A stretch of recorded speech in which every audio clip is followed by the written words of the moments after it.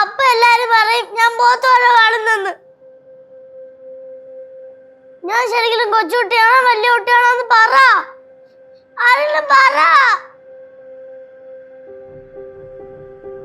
നിങ്ങളെല്ലാരും വല്ലവരായോണ്ട് എന്റെ കൂടെ കളിക്കാൻ വരൂല. കൊച്ചുകുട്ടികളുടെ അടുത്ത് കളിച്ചോണ്ടിരിക്കുമ്പോ പറയും പൊടി പിള്ളേരോട് കളിച്ചോണ്ടിരിക്കുന്നെന്ന്.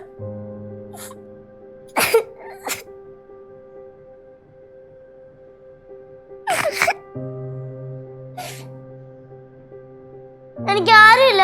ഞാൻ ഒറ്റപ്പെടുക. ഞാൻ ഇവിടെ കാലം തെറ്റി ജനിച്ച കൊച്ചാണല്ലോ.